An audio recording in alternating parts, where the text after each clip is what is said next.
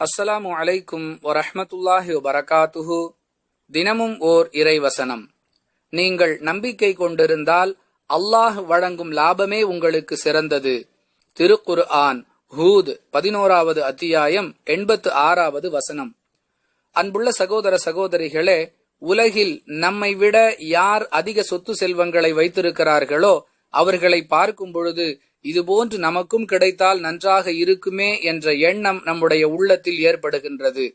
ஏனென்றால் யாருக்கு அதிகமான சொத்து செல்வங்கள் இருக்கின்றனவோ அவர்கள் பெரிய லாபத்தை அடைந்து விட்டார் என்று நாம் எண்ணுகிறோம்.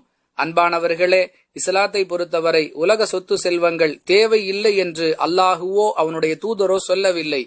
மாறாக அவற்றை தேடுவதற்காகவே நம்முடைய வாழ்நாள் முழுவதையும் செலவழித்துவிடக் கூடாது என்றுதான் சொல்லப்பட்டிருக்கின்றது.